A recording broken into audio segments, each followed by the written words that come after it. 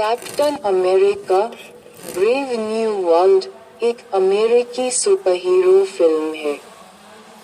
मुख्य चरित्र Sam Wilson captain America के रूप में एंथनी मैकी, एक पूर्व वायुसेना सैनिक जो अब नया कैप्टन अमेरिका है। जोकिन टोरेस फाल्कन के रूप में डैनी रामिरेज, अमेरिकी वायुसेना के पहले लेफ्टिनेंट जिन्होंने विल्सन से फाल्कन की भूमिका संभाली।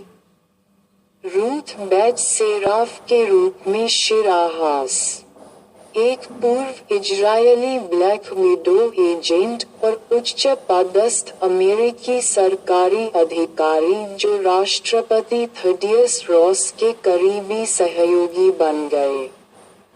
यशाया ब्रैडली के रूप में कार्ल लुम्बली, कोरियाई युद्ध के अनुभवी और सुपर सैनिक जिन्हें 30 वर्षों तक कैद किया गया और उन पर प्रयोग किया गया। थाडियस थंडरबोल्ट रॉस रेड हल्क के रूप में हैरिस फोर्ड, संयुक्त राज्य अमेरिका के नवनिर्वाचित राष्ट्रपति, पहले एक सेना जनरल और अमेरिकी विदेश मंत्री। इस फिल्म में रॉस रेड हल्क में रूपांतरित होता है। सैमुअल स्टर्न लीडर के रूप में टिम ब्लेक नेल्सन, सेलुलर जीव विज्ञानी जिन्होंने ब्रूस बैनर हल्क के रक्त के संदूषण के कारण सुपर इंटेलिजेंस प्राप्त किया। जियानकार्लो एस्पोसिटो सेठ वोल्कर साइडवाइंडर के रूप में वैज्ञानिक और सरपंच सोसाइटी के नेता। बेटी रॉस के रूप में लिव टायलर, सेलुलर जीव विज्ञानी और थडियस रॉस की बेटी। सारांश, संयुक्त राज्य अमेरिका के राष्ट्रपति के रूप में थेडियस रॉस के चुनाव के बाद सैम विल्सन खुद को एक जटिल अंतर्राष्ट्रीय घटना में फंसता हुआ पाता है। रॉस के साथ मुठभेड़ से तनाव बढ़ जाता है, खासकर रॉस के रेड हल्क में बदलने से। सैम को अपने पुराने सहयोगियों और कुछ नए दोस्तों के साथ एक वैश्विक साजिश के पीछे के मास्टरमाइंड को उजागर करना होगा जो विश्व शांति के लिए खतरा है। Captain America Brave New world एक अमेरिकी सुपरहीरो फिल्म है। ये film the falcon and the winter soldier श्रृंखला की अगली कड़ी है और जूलियस ओना द्वारा निर्देशित मार्वल सिनेमैटिक यूनिवर्स (MCU) में 35वीं किस्त है।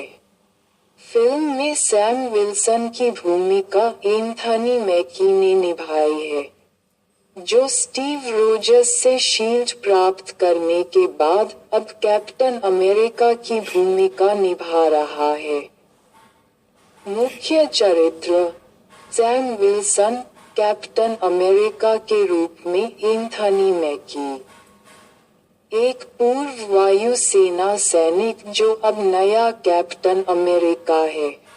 जोकिन टोरेस फाल्कन के रूप में डैनी रामिरेज, अमेरिकी वायुसेना के पहले लेफ्टिनेंट जिन्होंने विल्सन से फाल्कन की भूमिका संभाली। रूथ बैच सेराफ के रूप में शिरा हास, एक पूर्व इजरायली ब्लैक विडो एजेंट और उच्च पदस्थ अमेरिकी सरकारी अधिकारी जो राष्ट्रपति थडियस रॉस के करीबी सहयोगी बन गए। यशाया ब्रैडली के रूप में कार्ल लुम्बली, कोरियाई युद्ध के अनुभवी और सुपर सैनिक जिन्हें 30 वर्षों तक कैद किया गया और उन पर प्रयोग किया गया। थाडियस थंडरबोल्ट रॉस रेड हल्क के रूप में हैरिस फोर्ड, संयुक्त राज्य अमेरिका के नवनिर्वाचित राष्ट्रपति, पहले एक सेना जनरल और अमेरिकी विदेश मंत्री। इस फिल्म में रॉस रेड हल्क में रूपांतरित होता है। सैमुअल स्टर्न लीडर के रूप में टिम ब्लेक नेल्सन, सेलुलर जीव विज्ञानी जिन्होंने ब्रूस बैनर हल्क के रक्त के संदूषण के कारण सुपर इंटेलिजेंस प्राप्त किया। जियानकार्लो एस्पोसिटो सेथ वोल्कर, साइडवाइंडर के रूप में वैज्ञानिक और सरपंच सोसाइटी के नेता। बेटी रॉस के रूप में लिव टायलर, सेलुलर जीव विज्ञानी और थडियस रॉस की बेटी। संयुक्त राज्य अमेरिका के राष्ट्रपति के रूप में थेडियस रॉस के चुनाव के बाद सैम विल्सन खुद को एक जटिल अंतर्राष्ट्रीय घटना में फंसता हुआ पाता है।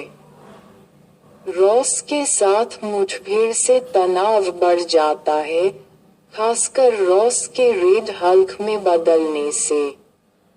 सैम को अपने पुराने सहयोगियों और कुछ नए दोस्तों के साथ एक वैश्विक साजिश के पीछे के मास्टरमाइंड को उजागर करना होगा जो विश्व शांति के लिए खतरा है।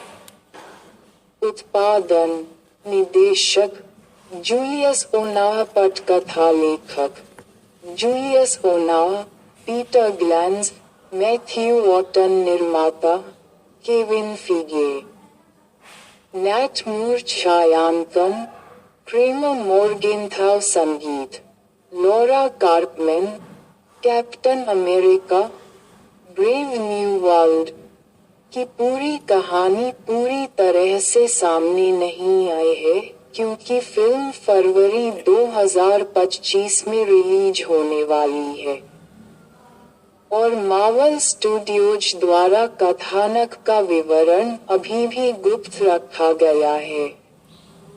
हालांकि उपलब्ध जानकारी के आधार पर यहाँ उन कहानियों पर एक नजर डाली गई है जिनका अनुमान लगाया जा सकता है। कहानी की शुरुआत। फिल्म की शुरुआत थडियस थंडरबोल्ट रॉस हैरिसफोर्ड के संयुक्त राज्य अमेरिका के राष्ट्रपति चुने जाने के बाद तनावपूर्ण वैश्विक राजनीति की पृष्ठभूमि से होती है। सत्ता में बदलाव और सेथ वोल्कर उर्फ साइड विदर जियानकार्लो एस्पोसिटो के नेतृत्व वाले सरपंच सोसाइटी नामक एक रहस्यमय समूह से एक नए खतरे के उभरने के कारण अंतर्राष्ट्रीय स्थिति गर्म हो गई है। सैम विल्सन, एंथनी मैकी, जो अब पूरी तरह से कैप्टन अमेरिका की भूमिका निभा चुके हैं, को खुद को दुनिया के सामने साबित करने की कड़ी चुनौती का सामना करना पड़ता है। खासकर रॉस से जुड़ी राजनीतिक उथल-पुथल के बीच। रॉस के पास स्वयं एक एजेंडा है जो अंततः उसे रेड हल्क में परिवर्तन से गुजरने के लिए प्रेरित करता है। संघर्ष बिंदु। सैम विल्सन अपने पुराने सहयोगियों के साथ मिलकर काम करता है, जिसमें जोकिन टोरेस, डैनी रामिरेज, जो अब फाल्कन है, और यशायाह ब्रैडली, कार्ल लुंगी। एक अनुभवी सुपर सैनिक शामिल हैं। उन्हें रूथ बेट सेराफ, शिरा हास जैसे नए पात्रों द्वारा भी सहायता प्रदान की जाती है, जो एक एजेंट है जो अंतर्राष्ट्रीय संचालन में माहिर है। जब डॉक्टर द्वारा एक प्रायोगिक जैविक हथियार विकसित किया गया तो तनाव बढ़ गया। सैमुअल स्टर्न्स उर्फ the leader, Tim Blake Nelson को सरपंच सोसाइटी ने चुरा लिया था। इस हथियार में सामूहिक रूप से सुपर सैनिक बनाने की क्षमता है, लेकिन इसके घातक परिणाम होंगे। सैम और उसकी टीम को हथियार को गलत हाथों में जाने से रोकना होगा। रेड हल्क की भूमिका। राष्ट्रपति रॉस ने अंतर्राष्ट्रीय मंच पर अपनी स्थिति मजबूत करने के लिए इस अराजकता का फायदा उठाने की कोशिश की। हालांकि एक असफल वैज्ञानिक प्रयोग के परिणामस्वरूप रेड हल्क में उसका परिवर्तन उसे अपने दुश्मनों और सहयोगियों दोनों के लिए और भी खतरनाक बना देता है। सैम विल्सन को एक नैतिक दुविधा का सामना करना पड़ेगा जब उसे अपने ही देश के एक ऐसे नेता से लड़ना होगा जो अमेरिकी हितों की रक्षा करने की भी कोशिश कर रहा है। एक्शन और ड्रामा। पूरी फिल्म में हम सैम विल्सन को स्टीव रोजर्स के नेतृत्व मूल्यों को कैप्टन अमेरिका के रूप में अपनी पहचान के साथ जोड़ने के लिए संघर्ष करते देखेंगे। फिल्म सार्वजनिक विश्वास, राजनीतिक शक्ति और बदलती दुनिया के प्रतीक के रूप में एक व्यक्ति दबाव से कैसे निपटता है जैसे मुद्दों पर प्रकाश डालता है। नए फाल्कन के रूप में जोकिन टोरेस हवाई मिशन और फील्ड ऑपरेशन में महत्वपूर्ण भूमिका निभाते हैं। सैम और जोकिन के बीच गुरु छात्र संबंध इस फिल्म के मजबूत भावनात्मक तत्वों में से एक है। इसके अतिरिक्त यशाया ब्रैडली और सैम के बीच बातचीत से सुपर सैनिक प्रयोगों के काले इतिहास के बारे में और अधिक पता चलता है। कहानी का शिखर। फिल्म अपने चरमोत्कर्ष पर पहुंचती है जब सैम और उसकी टीम पूर्वी यूरोप में एक गुप्त सुविधा में एक बड़ी लड़ाई में सरपंच सोसाइटी का सामना करती है। दूसरी ओर रेड हल्क, जिसने अपनी शक्तियों पर नियंत्रण खो दिया है, एक अतिरिक्त खतरे के रूप में उभरता है जो सैम को एक कठिन निर्णय लेने के लिए मजबूर करता है। अंत में सैम जैविक हथियार को पुनः प्राप्त करने और दुनिया को वैश्विक खतरे से बचाने में कामयाब रहा। हालांकि रॉस रेड हल्क के साथ उनकी लड़ाई में शारीरिक और भावनात्मक दोनों तरह से गहरे घाव छोड़े।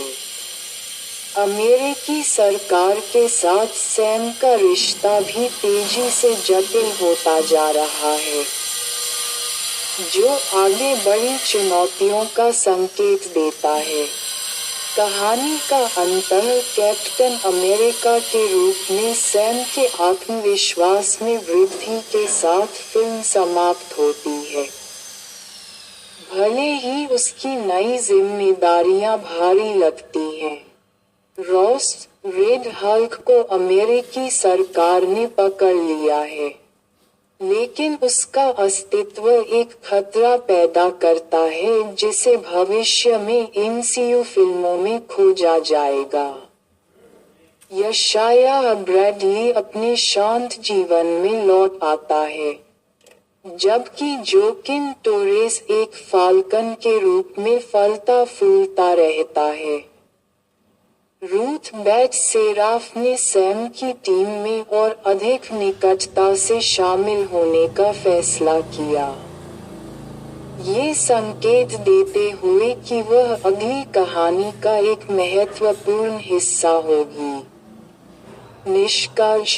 Captain America Brave New world जटिल आंतरिक और बाहरी संघर्षों के साथ सैम विल्सन के कैप्टन अमेरिका के रूप में परिवर्तन को दर्शाता है।